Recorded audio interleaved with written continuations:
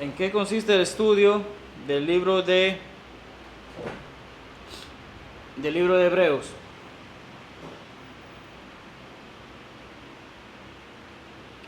Recordamos, es un libro escrito a cristianos que habían sido convertidos del judaísmo y que había un grupo de judaizantes que trataban de hacerlos que volvieran atrás, que volvieran al camino que era incorrecto, al camino que no era, tratar de volver a lo que era la ley de Moisés, cuando ya Jesús había cumplido todo lo que era necesario de ella para dar inicio a la era cristiana.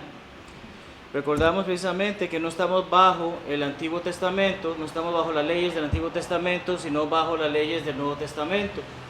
Jarito, puedes pasar al salón. Estamos bajo los conceptos y mandamientos cristianos, no bajo los mandatos de lo que Moisés había establecido, de esas más de 600 reglas que ellos tenían. Entonces, podemos ver que el libro de Hebreos deja claro, tal como menciona el hermano Taylor, que el sistema mosaico ha sido abolido para siempre y que estamos sujetos al nuevo pacto de Cristo. Una breve aclaración: no tenemos grabación de la primera clase, de lo que fue el primer capítulo, y la última clase vamos a estar involucrados en lo que es el seminario de evangelismo. Dios primero grabará esas clases para tenerlas disponibles, para así poder tener cubierto todo el libro de Hebreos. Mas hoy el tema de la clase es: el mejor sacrificio llama a un servicio fiel. Y entonces vamos a estar leyendo en el capítulo 10.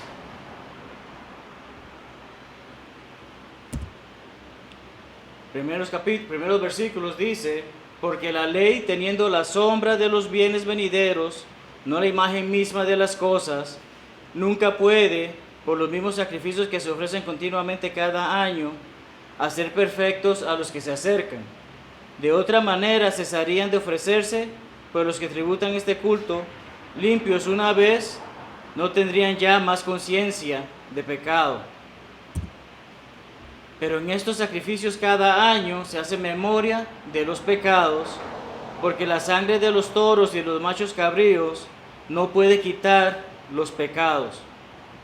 Primeros 4 versículos de este capítulo nos hablan acerca de que estos sacrificios bajo la ley de Moisés eran insuficientes para justificarnos, para perdonar nuestros pecados, para ayudarnos a estar en paz con Dios, sino que era un proceso para prepararlos a ellos en esa ronda.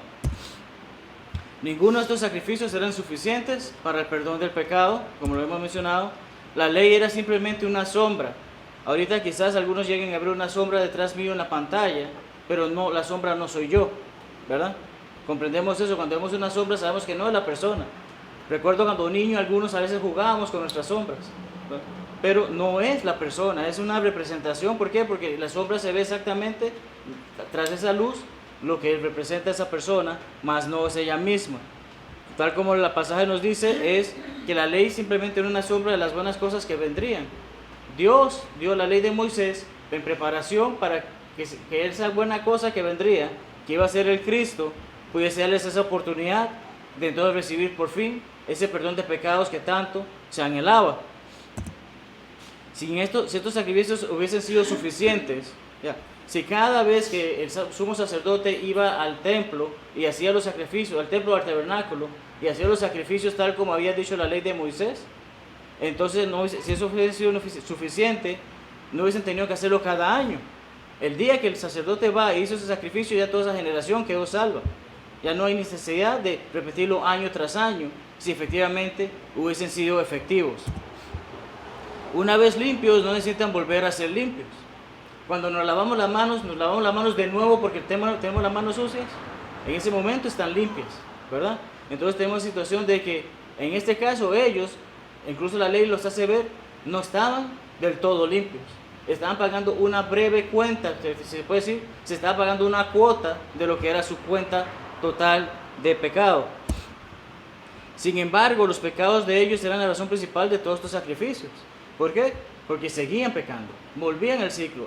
Traje mi ofrenda, di mi animal, hice lo que tenía que hacer, di lo que me pidieron, ya estoy limpio por un año, el otro año vuelvo a traer mi sacrificio.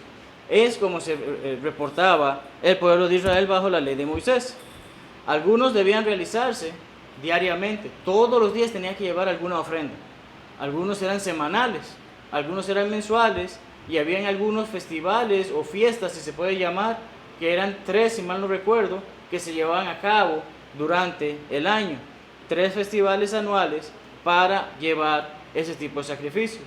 Las referencias que leemos: Éxodo 29, 38 al 46, Números 28, 9 al 10 y 11 al 15, y Levítico 23, nos hace saber acerca de ese tipo de ofrendas que se hacían.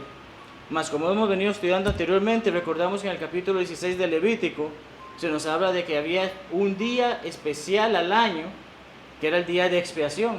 Era el día en que se hacían cierta cantidad de sacrificios para entonces cubrir toda esa deuda, que era el día en el que el sacerdote iba para pagar la deuda suya, de su familia y de todo el pueblo de Israel. Continuamos viendo que vamos a leer en este momento Levítico 16, 20 al 22, para poder tener un breve concepto acerca de cuando ese día de expiación finalizaba. Levítico 16, 20 al 22.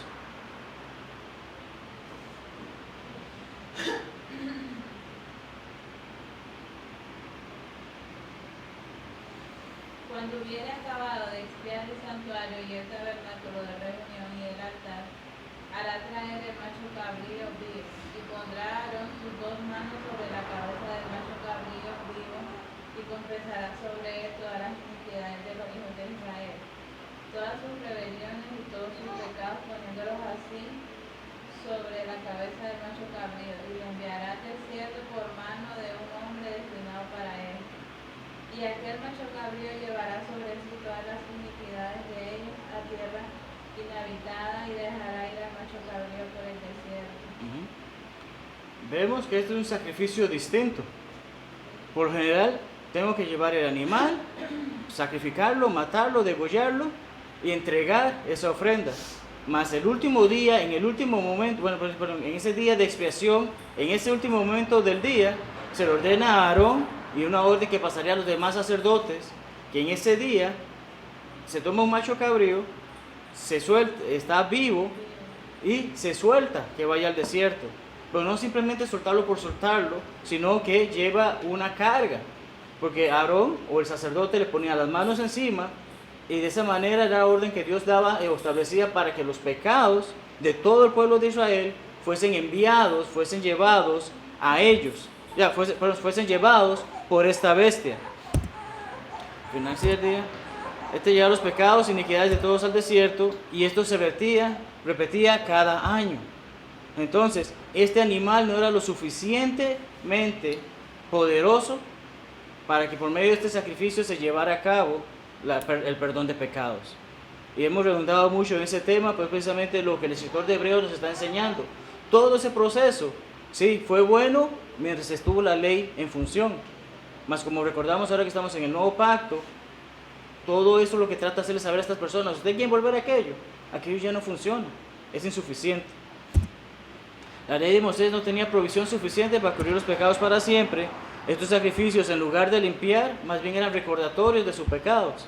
Y como mencioné hace unos minutos, era esa situación de que, ok, ya pagué mi cuota de este año, vengo el otro año a pagarme otra vez la cuota. Es lo que prácticamente hacían, porque sabían que no había posibilidad de recibir perdón de pecados total por ese tipo de sacrificio. Ciertamente la sangre de toros y machos cabríos no es suficiente para quitar los pecados.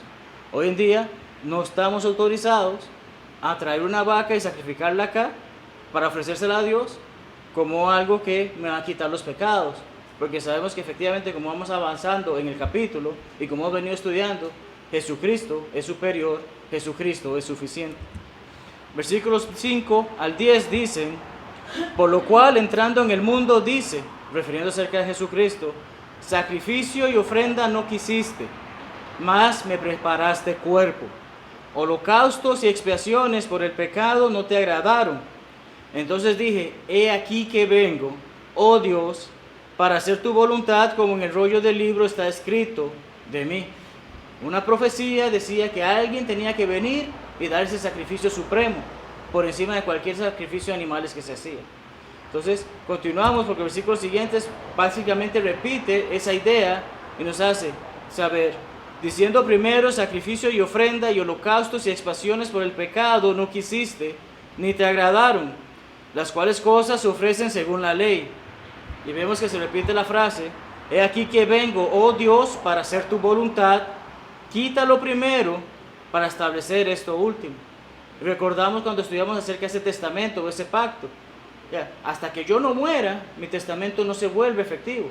De ahí que precisamente Jesucristo dice, he venido para hacer esto, quita lo que era la ley de Moisés porque ya se completó y que empiece este nuevo pacto, esta nueva ley a través de mí, que es lo que Jesucristo dice. En esa voluntad somos santificados mediante la ofrenda del cuerpo de Jesucristo, hecha una vez para siempre. Bastante claro el texto, vamos a ir bastante rápido porque incluso es un capítulo bastante largo, pero se nos hace ver que efectivamente Cristo es el mejor sacrificio que hubo. Cristo supera cualquier sacrificio que la ley de Moisés nos ordenaba hacer. 2 veces en el pasaje leímos que los sacrificios según la ley no satisfacen a Dios. Dios no se agrada de esos sacrificios.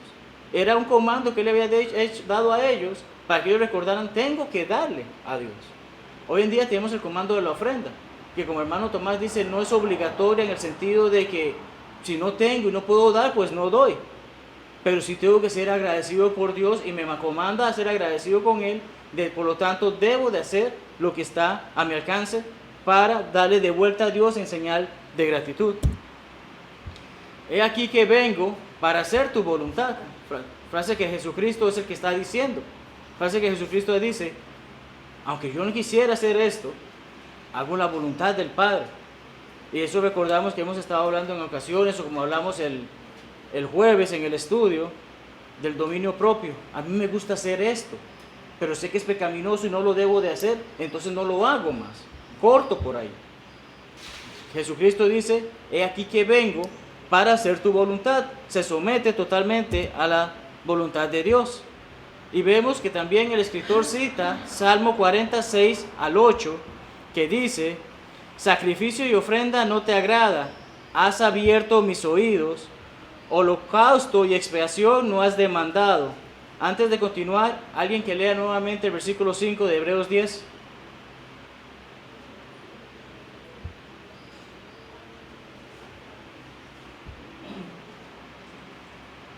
Por lo cual, entrando en el mundo, dice, sacrificio y ofrenda no quisiste, mas me preparaste cuerpo. Para un momentito ahí, Jonathan, gracias. Disculpa.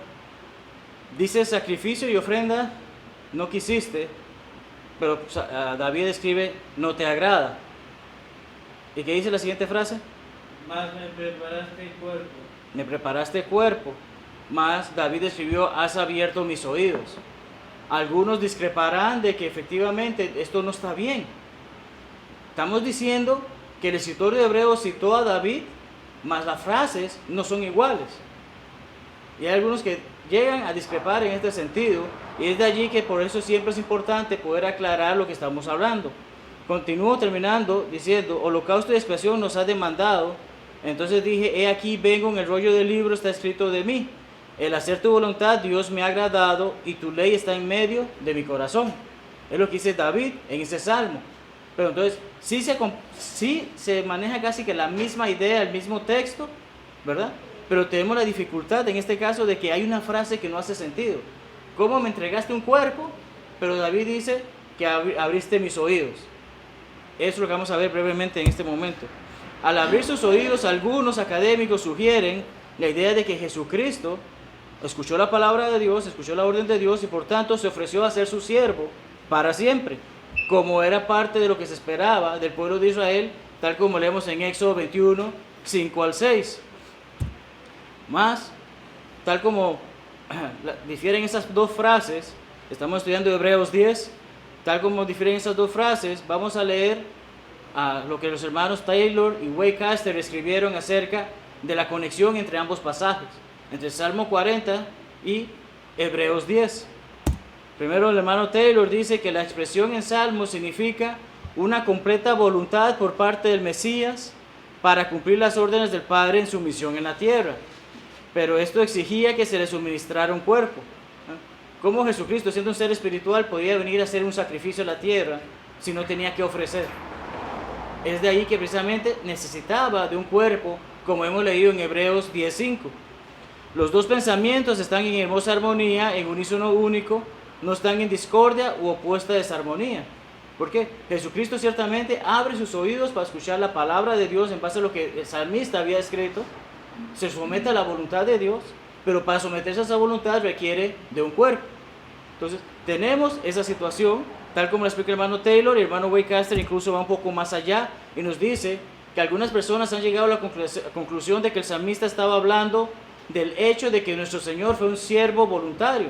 Ya lo leímos 2 veces y comprendemos esa idea. Ciertamente, el Señor fue el que le dijo, cuando oró, que dijo: si puedes quitar esta copa de mí, hazlo, pero si no, yo me someto a lo que tengo que hacer. Y efectivamente así hizo el Señor. Pero el salmista habló de ambos oídos abiertos. No es simplemente que nada más escuchó de un lado o que escuchó del otro, sino que habla acerca de ambos oídos abiertos. Y lo que el texto hebreo, lo que dice realmente en el lenguaje hebreo, en Salmo 40, es: oídos has cavado para mí.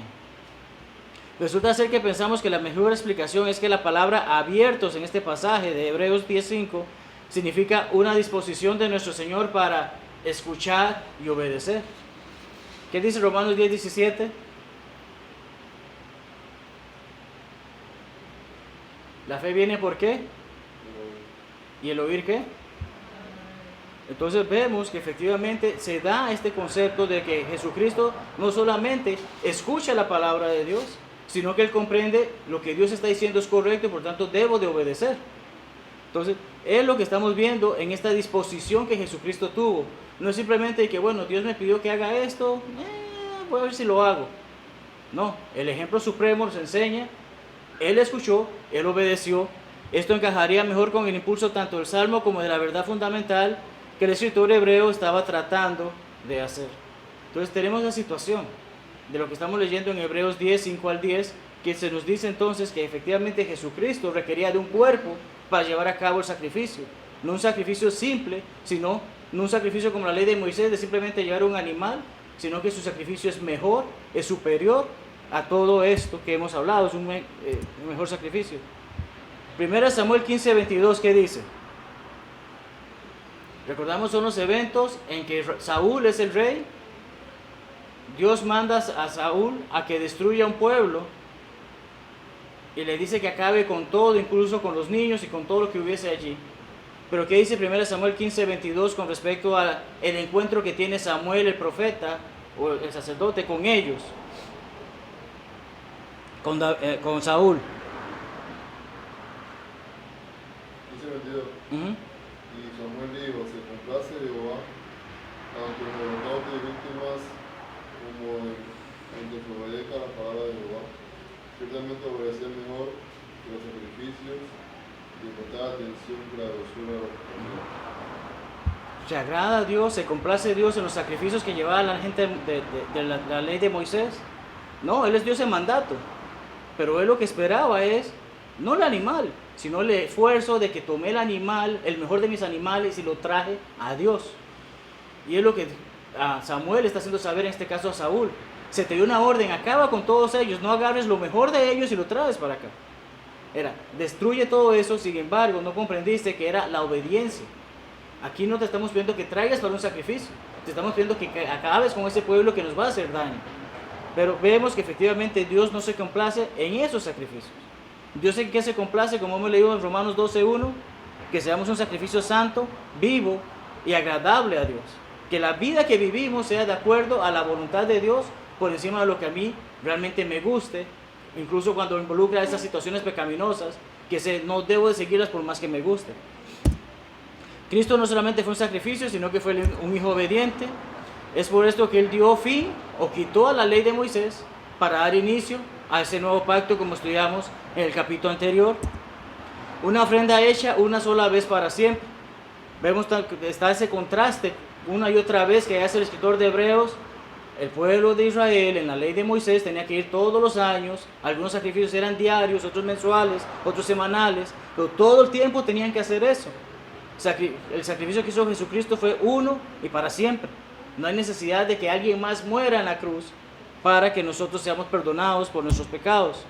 Hemos sido santificados. ¿Y qué recordamos que es santificado? separado, ¿verdad? Hemos sido separados de este mundo por este acto de obediencia. Cuando obedecemos el Evangelio, seguimos lo que Jesús espera de nosotros que hagamos, y como tal, es el acto de obediencia de Jesucristo nos permite que ya no formamos parte del mundo, sino que formamos parte de la familia de Dios. Veamos Hebreos 10, 11 al 14. Ciertamente todo sacerdote está día tras día ministrando y ofreciendo muchas veces los mismos sacrificios. Ya hemos leído esto varias veces en el estudio de este trimestre. Esos sacrificios nunca pueden quitar los pecados. Sin embargo, Cristo, habiendo ofrecido una vez para siempre un solo sacrificio por los pecados, se ha sentado a la diestra de Dios. Ese sacrificio que hizo Jesucristo le valió estar al lado del Padre. De ahí en adelante esperando hasta que sus enemigos sean puestos por estrado de sus pies, porque con una sola ofrenda hizo perfecto para siempre a los santificados. Cristo no solamente está a la diestra del Padre, Cristo realmente realizó a cabo ese mejor sacrificio, lo que le da esa recompensa de estar a la diestra. Y como estudiamos en semanas anteriores, estar sentado a la diestra, dentro de lo que era culturalmente, dentro de lo que la Biblia nos enseña, era una posición de honor. Mencionábamos también aquella vez que estudiamos eso, como a veces digamos, es que usted es mi mano derecha. No solemos decir que esta persona es mi mano izquierda, ¿verdad? ¿Por qué? Porque comprendemos ese concepto. Cuando digo, esta persona es mi mano derecha, es la persona en la que confío, en la que me apoyo y en la que sé que me va a ayudar. Pero yo no recuerdo haber escuchado que alguien me diga que Maron, tú eres mi mano izquierda. Y quizás si alguna vez escuchamos eso, tal vez pensamos de que no suena bien, eso hay algo como extraño, hay algo que puede ser mal allí. Pero vemos que los sacerdotes no podían ofrecer sacrificios, no podían ofrecer ese perdón de pecados que el sacrificio de Jesucristo sí lo hizo una sola vez. Cumplió con su misión y por ende recibió su recompensa. Una vez que la voluntad de Dios es cumplida, no hay necesidad de sacrificios adicionales. Y veremos más adelante en este capítulo cómo se resalta nuevamente ese detalle. No hay necesidad de que Cristo vuelva a ser sacrificado. Leamos lo escrito por David en Salmo 110:1.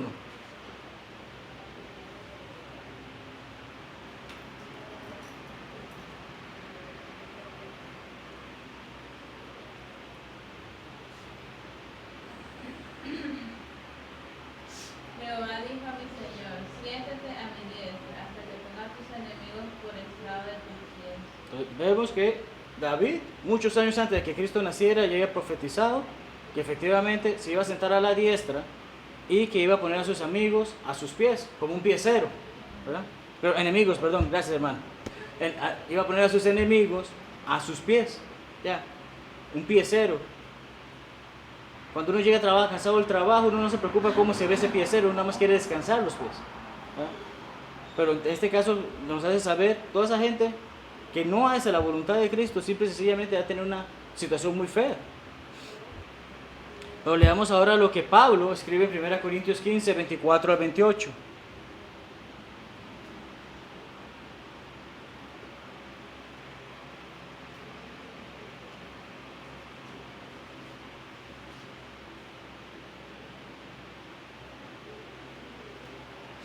Y luego al fin, cuando entregue el reino al Dios y Padre, cuando haya suprimido todo dominio, toda autoridad y potencia, porque preciso es que Él reine hasta que haya puesto a todos sus enemigos debajo de sus pies.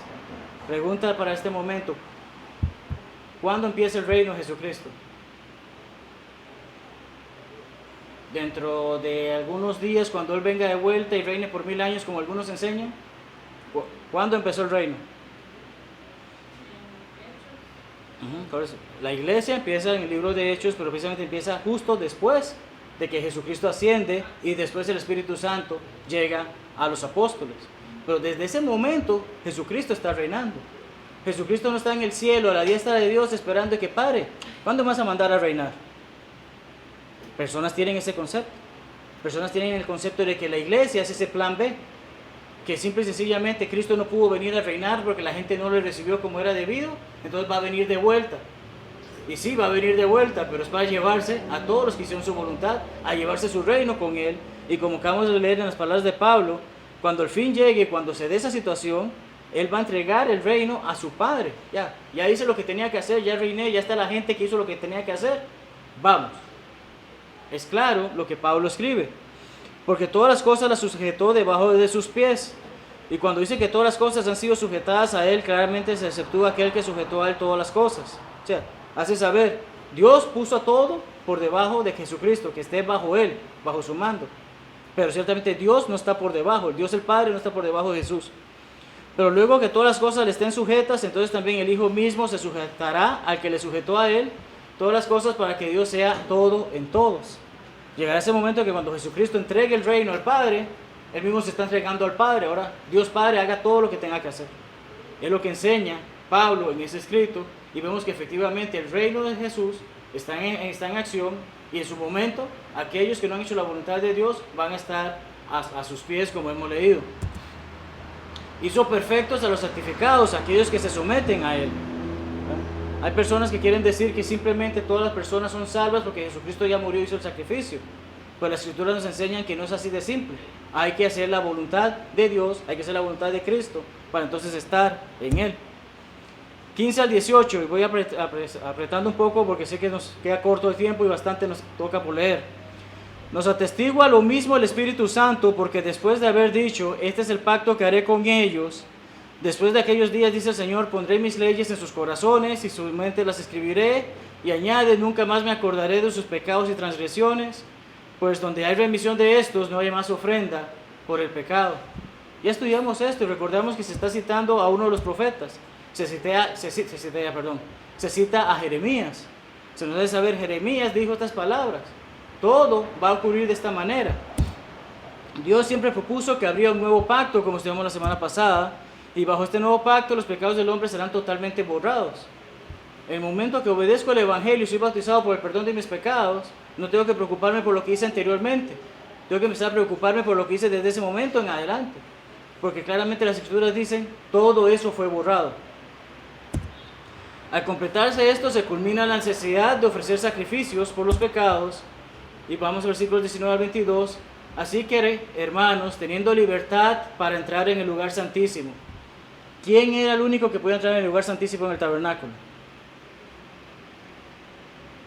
En la ley de Moisés. Recordamos, habían dos salones, el lugar santo y el lugar santísimo, los separaba un velo. En el lugar santísimo moraba Dios cuando les acompañaba a ellos, según dicen las Escrituras. Pero ¿quién era el que entraba?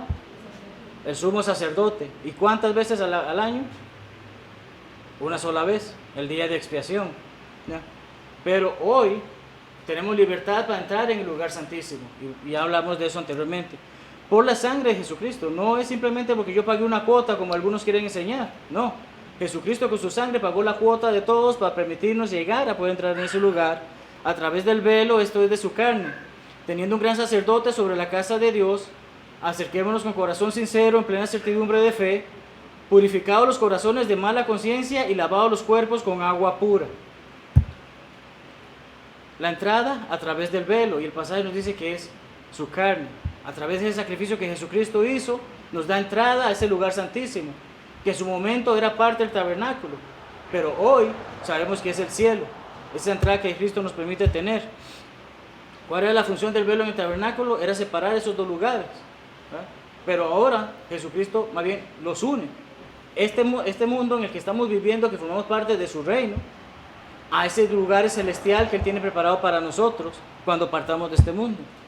¿De qué era sombra el tabernáculo? Era la sombra de lo que es la iglesia, sombra de lo que es el cielo. Ciertamente tenemos la oportunidad de entrar en el cielo. Cristo es quien nos da esa oportunidad. La casa sobre la cual Él sirve es de Dios. La iglesia. Leamos 1 Timoteo 3:15.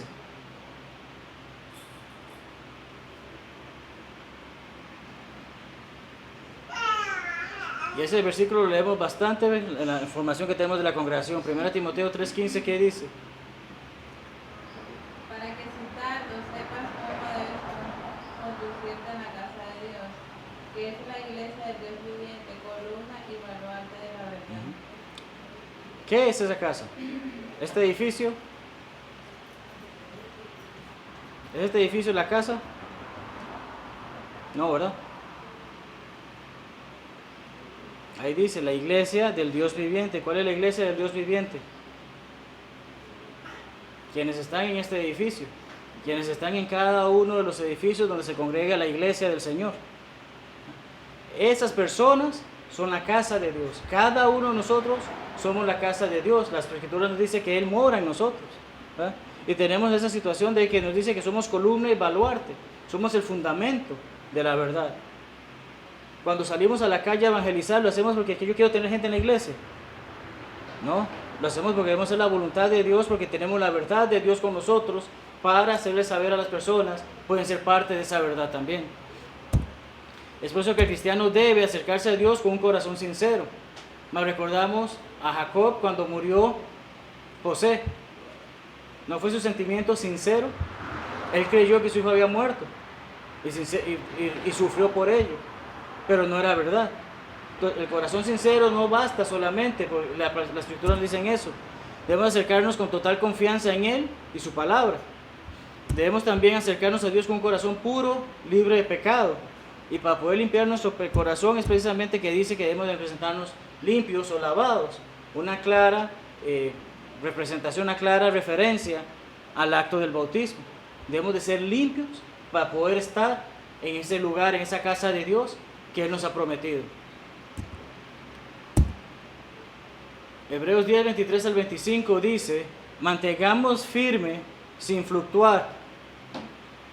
Esta semana que pasó acá en las villas de Arraiján, ha habido fluctuaciones de energía eléctrica. Cuando decimos eso, ¿qué significa? Apagones constantes. Sé que hubo apagones en muchos otros puntos, pero acá casi que todos los días nos quedamos sin luz. ¿Ah? Falta de algo. Mantengámonos firmes sin tener esa falta de firmeza. La profesión de nuestra esperanza, porque fiel es el que prometió, y considerémonos unos a otros para estimularnos al amor y a las buenas obras. Y un pasaje que muchas veces citamos: no dejando de congregarnos como algunos tienen por costumbre, sino exhortándonos, y tanto más cuando veis que se acerca el día. Debemos de sostener nuestra esperanza. ¿Cuál es nuestra esperanza? ¿No escuché? La salvación. Pues, la salvación la tenemos cuando obedecemos a Dios, ¿verdad? Cuando obedecemos el Evangelio, y debemos de mantenerla. Pero ¿cuál es nuestra esperanza? La salvación que trae la vida eterna. ¿Y dónde sería la vida eterna? En el cielo. Yo no estoy aquí simple y sencillamente porque es que bonito ser cristiano, mire, comparto con la gente. Eso es parte bonita, pero cada uno sabemos, queremos estar en el cielo porque queremos estar con Dios y queremos dejar todas las situaciones difíciles que esta vida presenta. Seamos fieles a quienes nos ha dado tal promesa. Jesucristo murió por nosotros y nos dio esa promesa. Nosotros debemos de hacer lo mejor que esté en nosotros para seguirla.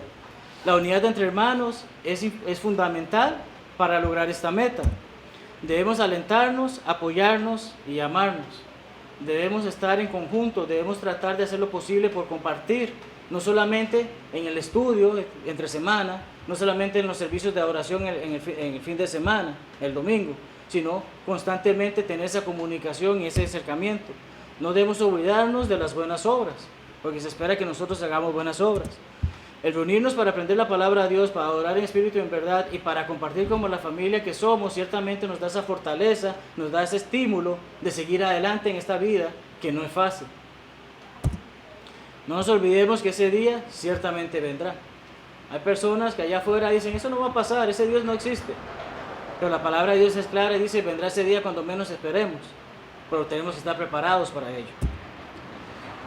Porque si pecáramos voluntariamente, esta es una parte muy importante de lo que este capítulo nos enseña. Si pecáramos voluntariamente, después de haber recibido el conocimiento de la verdad, ya no queda más sacrificio por los pecados. No soy cristiano, vivo en el mundo, hago lo que me place. No tengo conocimiento, como dice, no conozco la verdad. Ciertamente Dios me juzgará por ello, porque el Evangelio, tal como la palabra nos dice, ha sido llevado a todo el mundo. Pero peco voluntariamente porque no conozco lo que debo de hacer. Yo sigo pecando porque eso es lo que me gusta, es lo que sé hacer. Pero dice: después de haber recibido el conocimiento de la verdad, ahora sí sé. Y tal como el escritor de Hebreos le está diciendo, ustedes son cristianos, se sometieron a Cristo, fueron bautizados, saben lo que Jesucristo ofrece, quieren volver atrás. No puede ser, porque ustedes ya conocen la verdad. Y tal como lo dice, ya no queda más sacrificio por los pecados. Que ellos que estaban enseñando, que estaban escuchando, que había que volver a sacrificar a Jesucristo. Es lo que se les hacía ver, como que ese Mesías tal vez no era el Mesías, sino que hace falta otro más. Y esto es lo que andaba entre ellos. Pero nos dice precisamente que lo que recibiremos, si pecamos voluntariamente, es una horrenda expectación de juicio. ¿Por qué? Porque sabemos que cuando lleguemos al juicio no vamos a llegar justificados. No vamos a llegar, hiciste mal, sabes lo que te toca. De hervor de fuego, cuando el agua hierve, si se le cae eso encima a uno, duele. Ahora la llama misma, no quiero saberlo. Que ha de devorar a los adversarios. El que viola la ley de Moisés por el testimonio de 2 o 3 testigos muere irremisiblemente. La ley de Moisés se los hacía saber. Si ustedes van en contra de la ley, van a morir. Especialmente cuando 2 o 3 testigos ven el acto que ustedes hicieron. Ahora con más razón, bajo la ley de Jesús, se espera todo ese juicio. 26 al 31. Cuanto mayor castigo pensáis que merecerá el que pisoteare al Hijo de Dios. El que se opone a Jesucristo, el que habla mal de Él, los ateos, si podemos decirlo directamente, tendrán un gran castigo. Y tuviere por inmunda la sangre del pacto en la cual fue santificado, e hiciere afrenta al Espíritu de gracia, pues conocemos al que dijo, mía es la venganza, yo daré el pago. Sabemos que Dios se encargará en su momento respectivo de que todo aquel que le hace mal a sus hijos, pagará por ello. Otra vez dice, el Señor juzgará a su pueblo. Horrenda cosa es caer en manos del Dios vivo. Y ciertamente horrendo debe ser caer en una situación en la que se nos va a castigar por nuestras malas acciones. Anteriormente leímos como algunos tienen por costumbre. ¿Qué involucra costumbre? Yo acostumbro ir todos los días a la montaña, pero si yo digo que acostumbro ir todos los días a la montaña, ¿qué se espera de mí? Que esté todos los días en la montaña. Eso es lo que involucra la costumbre. Hacer algo por costumbre ciertamente no es esporádico. ¿Y esporádico qué es? Algo que ocurre alguna vez. Ya, de que voy a asar carne hoy. No es que algo que hago todos los días. Ciertamente Cristo no morirá nuevamente en la cruz porque yo deseo seguir haciendo las cosas que sé que no debo de hacer. Jesucristo no va a venir de que Marlon, mira, de que yo ya me sacrifiqué, di mi vida por ti, pues voy a hacerlo de nuevo para ver si acaso tú vuelves. Ya él hizo lo que tenía que hacer. No hay necesidad de más nada por parte de él. El sacrificio ya se llevó a cabo, el pago ya fue hecho, solo queda esperar por ese juicio. Mencionamos los términos horribles que se mencionan en ese pasaje. Y en nuestro sano juicio, ¿quién desea caer en tan horrible cosa, en tan horrenda cosa? ¿Quién desea caer al infierno, quemarse allá, estar en ese lugar de tormento, pasar la eternidad sufriendo? Nadie quiere eso. Entonces, con más razón, aquellos que hemos comprendido la verdad de Jesucristo, debemos de comprender, no podemos echar atrás y ciertamente no debemos de pecar voluntariamente como algunos tienen por costumbre. Pero traed a la memoria los días pasados en los cuales, después de haber sido iluminados, sostuvisteis gran combate de padecimientos, por una parte ciertamente con vituperios y tribulaciones, fuisteis hechos espectáculo y por otra llegasteis a ser compañeros de los que estaban en una situación semejante. En los días pasados, aquellos días en que no sabía la verdad de Jesucristo, mas ahora la sé. Eso es lo que involucra esa iluminación. Ya se me abrió mis ojos y pude ver cuál es el patrón que Dios espera que yo siga en mi vida. Y después de eso comprendo que hay padecimientos. Nadie puede decir que la vida cristiana es lo más bonito que hay en el mundo. Yo no sufro, no paso por nada. Todo es bonito, todo es un arcoíris. No podemos decir eso. Y es lo que el escritor hace saber en este pasaje. Porque de los presos también os compadecisteis, el despojo de vuestros bienes sufristeis con gozo, sabiendo que tenéis en vosotros una mejor y perdurable herencia en los cielos. No perdáis pues vuestra confianza, que tiene grande galardón, porque os es necesaria la paciencia, para que habiendo hecho la voluntad de Dios, obtengáis la promesa. Pasajes muy simples de comprender que ya hemos mencionado. Tras palabras o situaciones tan tristes, ciertamente esta gente necesitaba escuchar palabras de aliento. ¿Me estás diciendo que si peco voluntariamente me voy a condenar? Sí, pero si no pecas, si te arrepientes y sigues el camino correcto, vas a tener esta gran promesa que Jesús ha hecho. No sufrieron persecuciones, ya lo mencionamos todo eso, sin embargo ellos conocen la recompensa. Mateo 6:19 nos dice acerca de esas cosas que el hollín destruirá, ¿verdad?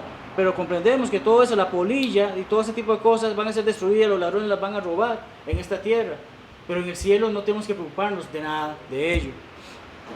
Así como el escritor insta a los hermanos en ese tiempo, nosotros debemos mantener la fe y enfrentar nuestras tribulaciones. No es fácil, pero sabemos que Cristo está con nosotros. No es fácil, pero sabemos que tenemos la familia de Cristo con nosotros. No es fácil, sabemos que Dios tiene una gran recompensa para todos nosotros cuando ese día venga. Los últimos 3 versículos del capítulo dicen: porque aún un poquito, y el que ha de venir vendrá y no tardará. Mas el justo vivirá por fe, y si retrocediere no agradará a mi alma. Estamos hablando del alma de Jesucristo, a él no le va a agradar quien retrocede. Pero nosotros no somos de los que retroceden para perdición. Vemos qué importante esta frase. El judaizante quería que el cristiano volviera a la ley de Moisés, retrocediera. Y aquí el escritor de Hebreos dice claramente: no somos de los que retroceden a esa perdición. Ya eso ocurrió, ya se cumplió, no necesitamos volver allá. Sigamos adelante porque tenemos fe para preservación del alma. Entonces, terminando en esto, dice, solemos cantar ese himno: el gran día viene. Y sí, el gran día viene, el gran día viene. Sabemos que cantamos eso constantemente y que tenemos esperanza de que ese gran día viene. Pero quizás algunos de nosotros hacen esa pregunta: ¿hasta cuándo? Ya estoy cansado. Ya quiero que el Señor venga porque ya no quiero seguir aquí. Ya quiero irme con Él. A veces nos hacemos esa pregunta. Pero hay mucho más que eso. El escritor cita a Isaías y a Habacuc. Cuando la persecución inició, muchos partieron de Jerusalén. Recordamos en Hechos 8 que se nos dice eso. Cuando empezaron las persecuciones, todos, salvo los apóstoles, salieron de Jerusalén y se esparcieron en el resto del mundo para llevar la palabra.